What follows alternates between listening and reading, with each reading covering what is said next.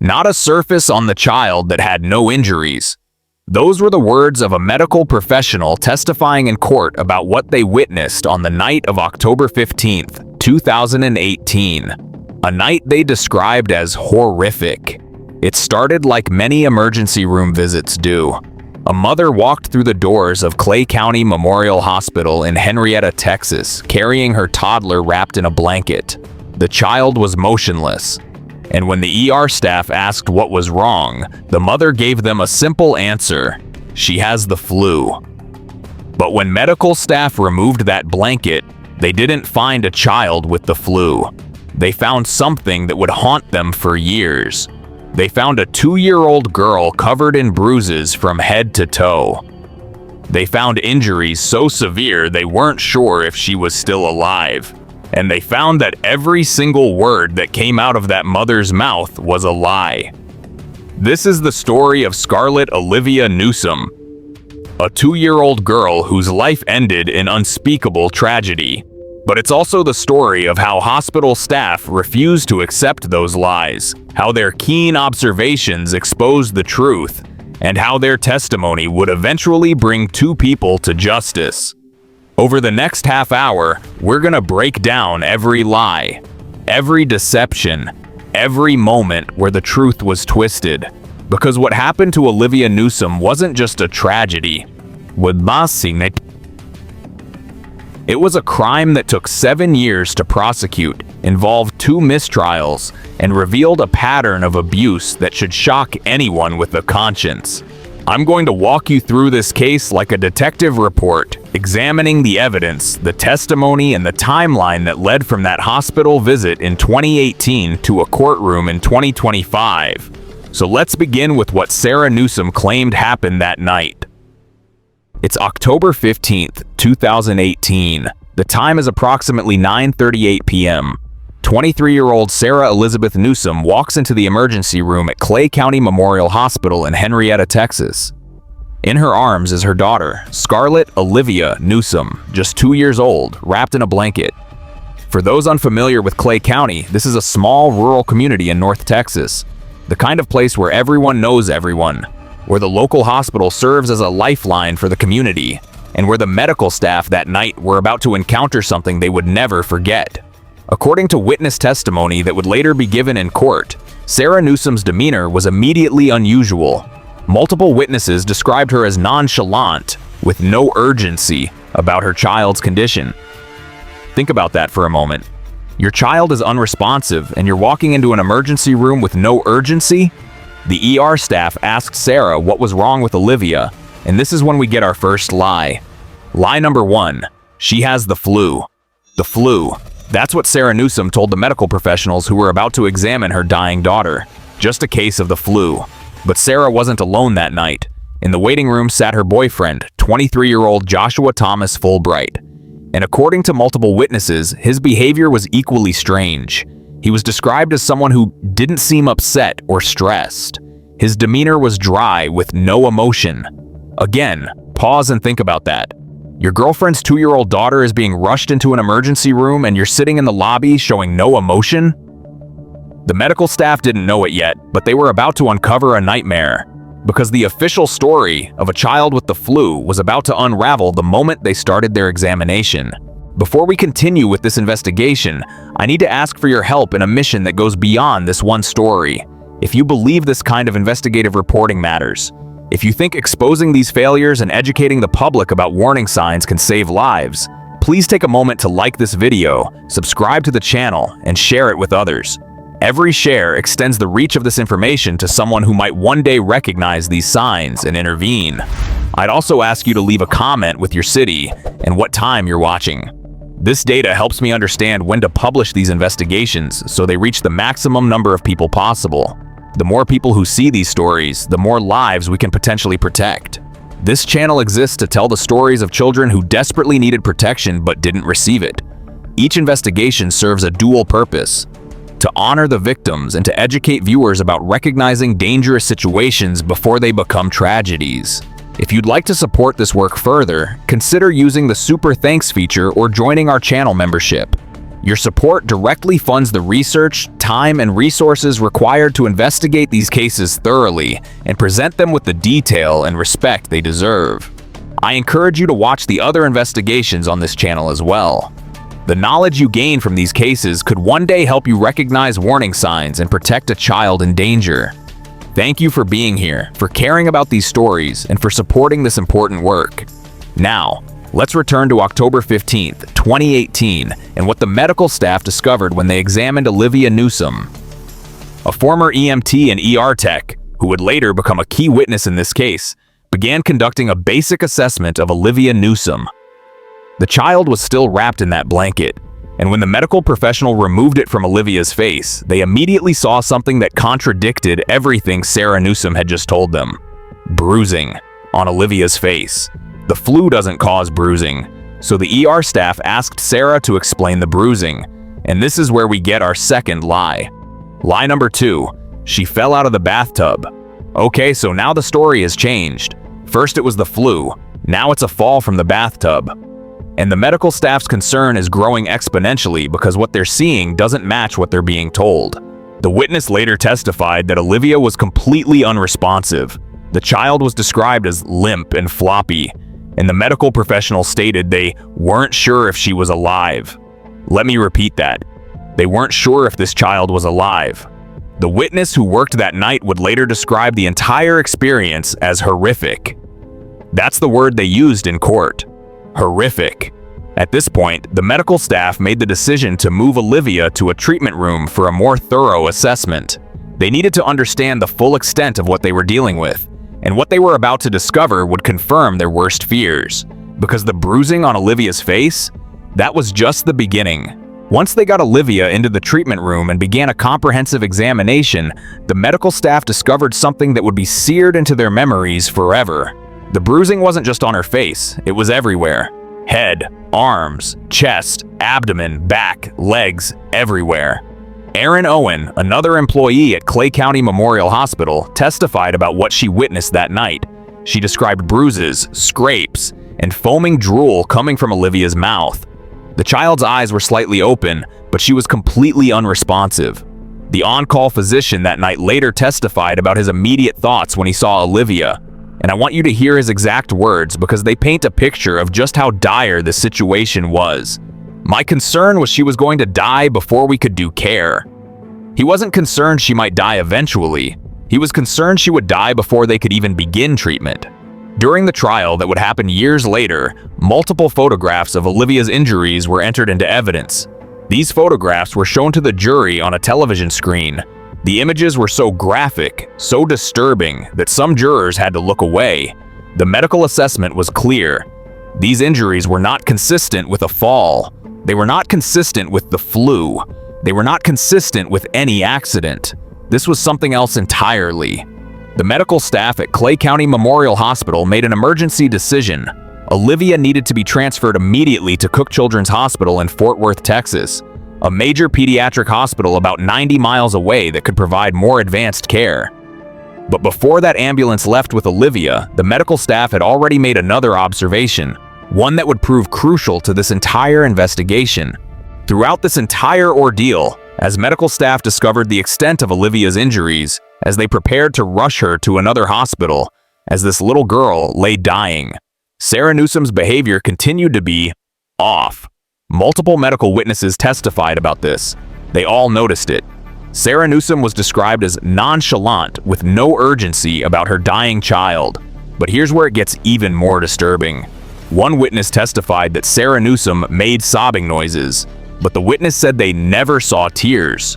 Think about what that means. Sarah was performing grief. She was going through the motions of being an upset mother, but there were no actual tears, just the sounds. And throughout this, Sarah kept repeating something to Olivia. Over and over again, she said, "I'm sorry, I'm sorry, I'm sorry." Why was she apologizing? What was she sorry for? Because at this point, according to her story, Olivia had the flu and fell out of a bathtub. Why would a mother be apologizing for that? Meanwhile, back in that ER waiting room, Joshua Fulbright sat there with what witnesses described as a dry demeanor, showing no emotion. The medical staff knew something was wrong. The injuries didn't match the explanation. The parents' behavior didn't match the situation. And when the Clay County Sheriff's Office investigators arrived at the hospital, the truth was finally about to come out. Because Joshua Fulbright was about to confess. When investigators from the Clay County Sheriff's Office arrived at Clay County Memorial Hospital, they did what investigators do. They started asking questions. 2 officers approached Joshua Fulbright in that emergency room waiting area, and what Fulbright told them would blow apart every lie Sarah Newsom had told the medical staff. Lie number 4 completely collapses. Fulbright admitted he struck the child, but it wasn't just that he admitted it, it was what he said about it. According to the testimony of a former investigator who was there that night, Fulbright explained his reasoning. He said he came home from work and found Olivia with a dirty diaper. Sarah was cleaning up, and Fulbright said he became stressed out by the situation. Then, according to the investigator's testimony, Olivia approached Fulbright and tried to hand him a toy to play with. And that's when it happened. Fulbright told investigators, and I'm quoting directly from the court testimony here, that he was sent over the edge by the way Olivia smelled and how dirty she was. He admitted that he struck her, but it wasn't just a slap, it wasn't just a hit. Fulbright told investigators, "I hit her so hard I thought I broke my hand." Let that sink in. He hit a 2-year-old child so hard he thought he broke his own hand. But here's the thing, this didn't happen on October 15th, the night they brought Olivia to the hospital. This happened a week earlier, on October 11th, 2018. And ever since that assault, according to Fulbright's own admission, Olivia had been having seizure-like behavior. So this child had been suffering for days, an entire week, showing signs of serious neurological damage. And instead of taking her to a hospital immediately, instead of getting her medical care, what did Sarah Newsom do? When deputies interviewed Sarah Newsom, they learned something that's almost incomprehensible. Sarah admitted that yes, Olivia had been having seizure-like episodes for days, and Sarah admitted what she did about it. She slapped her, routinely. Sarah claims she was trying to bring Olivia out of the seizures. She said she thought slapping her daughter would stop the seizure-like behavior. Let me be very clear about something. You cannot slap a child out of a seizure. That's not how medical care works. That's not how you respond to a neurological crisis. What Sarah was doing was inflicting more abuse on a child who was already suffering from a traumatic brain injury. During one of these episodes, Sarah slapped Olivia so hard that she left a large scratch on the child's neck. And then, on October 18th, 2018, 3 days after they finally brought Olivia to the hospital, Sarah slapped her again. And this time, Olivia didn't just have seizure-like behavior, she became unconscious. That's when, and only then, did they finally take her to the emergency room. Both Sarah Elizabeth Newsom and Joshua Thomas Fulbright were arrested and charged with injury to a child. Their bonds were initially set at $250,000 each, though Fulbright's would later be reduced to $50,000.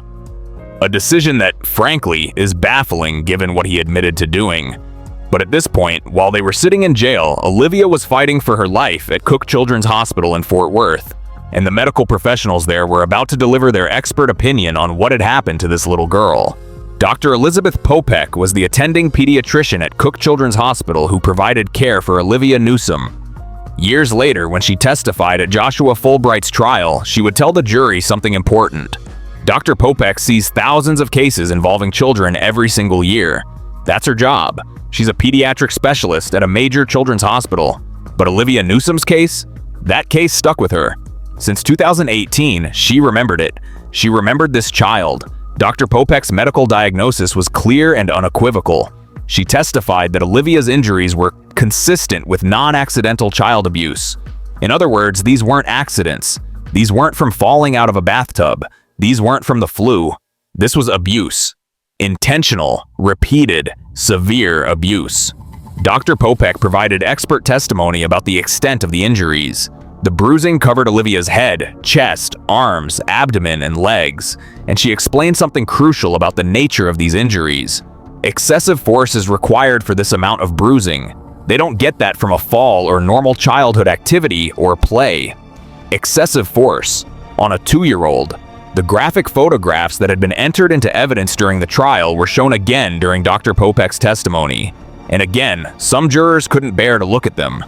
Based on what they observed, the medical staff at Cook Children's Hospital made a child abuse report to authorities.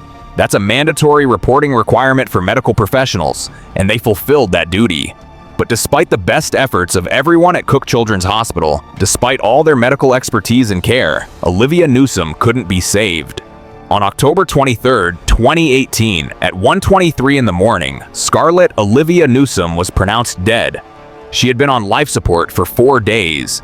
The decision was made to remove her from life support, and her organs were donated. One final act of giving from a child who had endured so much. She was 2 years old. As the investigation continued, a former Texas Ranger began piecing together all of Sarah Newsom's statements, and what he found was a pattern of lies that kept shifting. In her initial interview with law enforcement, Sarah claimed that Fulbright never struck the child. She said he was never violent.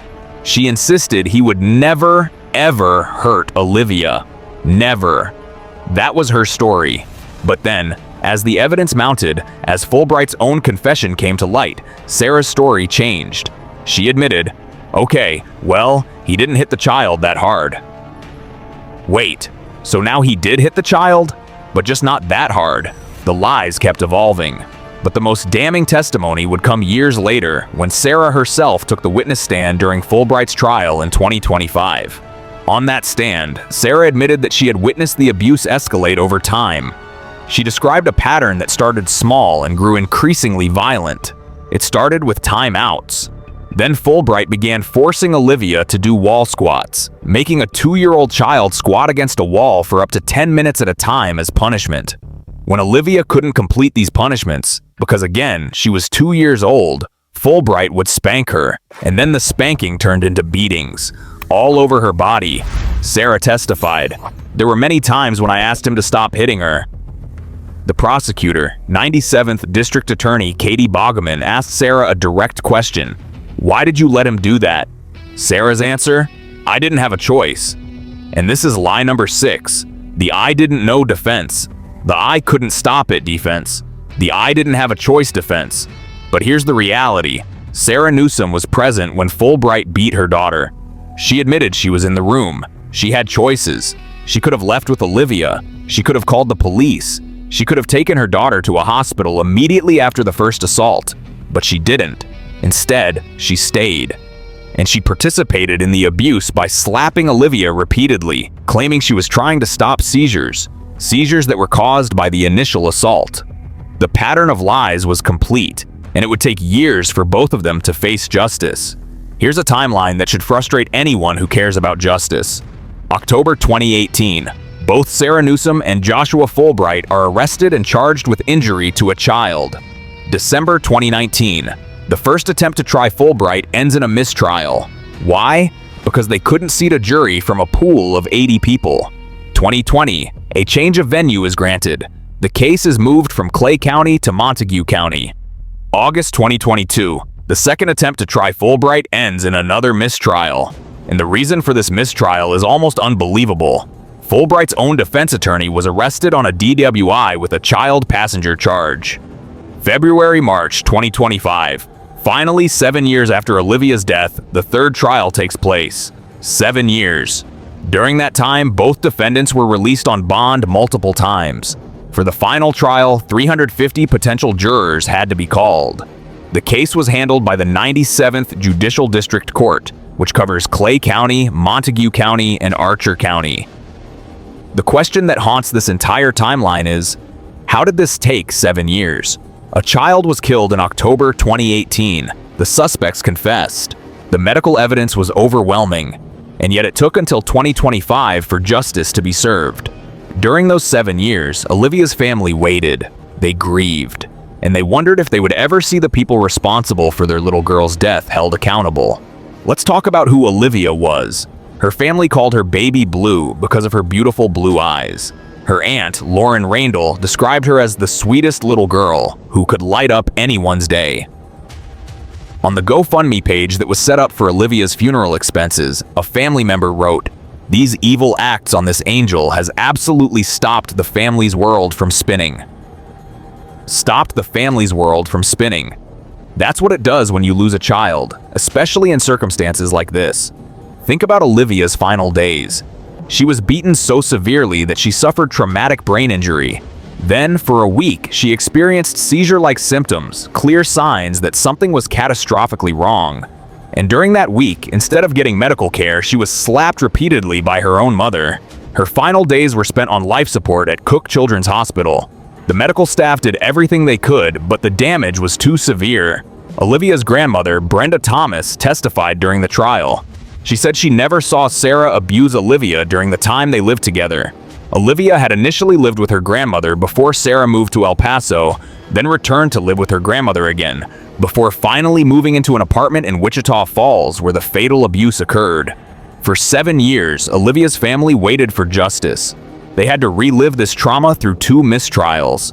They had to watch as the people responsible for Olivia's death walked free on bond. And when Olivia died, in one final act of giving, her organs were donated.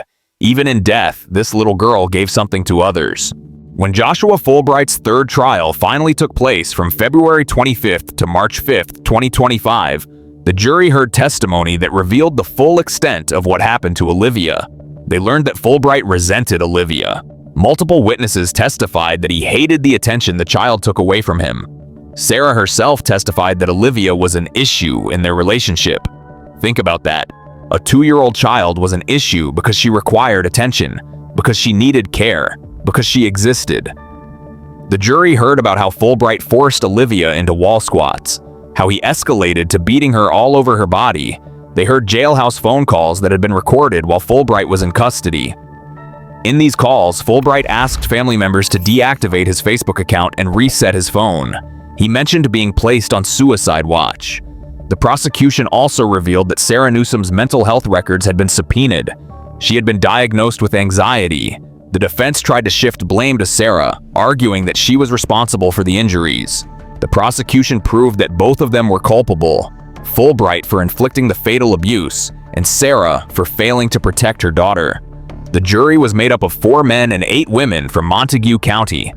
And after hearing all this testimony, seeing the photographs, listening to the medical experts, they had to make a decision.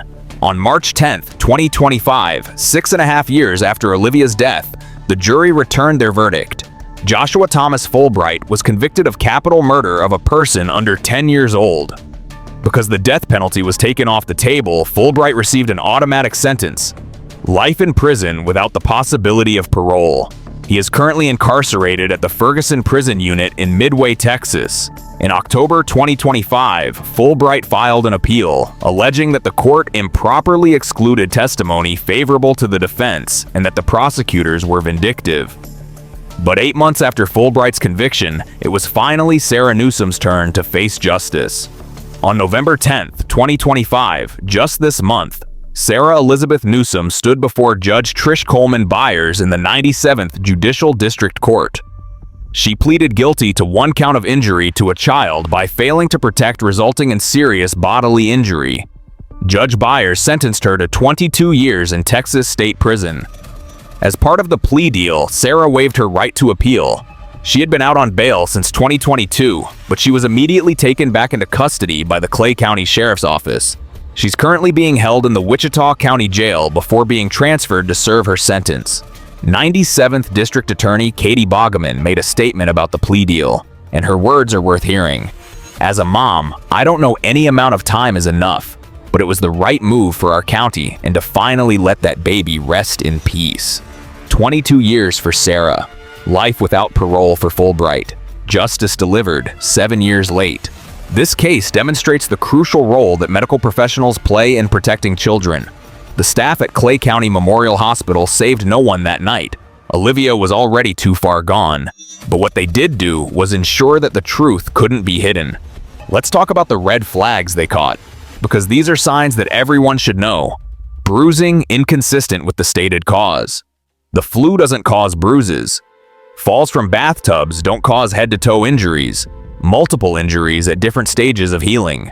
This indicates repeated abuse over time. Parental demeanor not matching the severity of the child's condition. When a parent is oddly calm about a dying child, something is wrong. Stories that change when questioned. First it was the flu, then it was a fall, then it was seizures. The lies kept evolving. Delay in seeking medical care.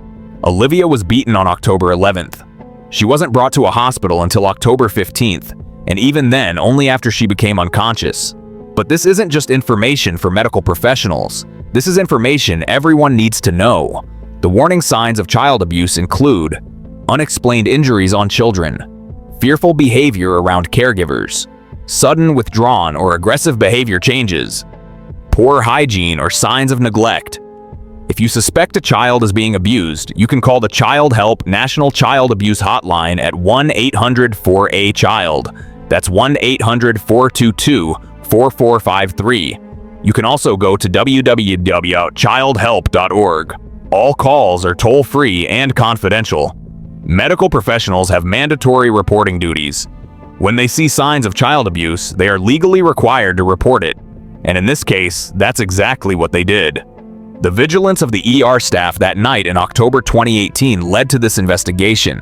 Their refusal to accept the lies they were being told ensured that the truth came out. Let's recap every lie that was told and how it was broken down. Lie number 1, she has the flu. Reality, severe child abuse causing traumatic brain injury. Lie number 2, she fell out of the bathtub. Reality, beaten with excessive force by an adult male. Lie number 3, he never hit her. Reality, Fulbright admitted to hitting her so hard he thought he broke his hand. Lie number 4, fake crying with no tears. Reality, Sarah knew exactly what had happened and felt guilty. Lie number 5, I didn't have a choice. Reality, she was present during the abuse and could have protected her daughter. Lie number 6, week-long delay in seeking care. Reality, they allowed Olivia to suffer for days with seizure-like symptoms before finally taking her to a hospital. Every single lie was exposed. Every attempt to cover up the truth failed.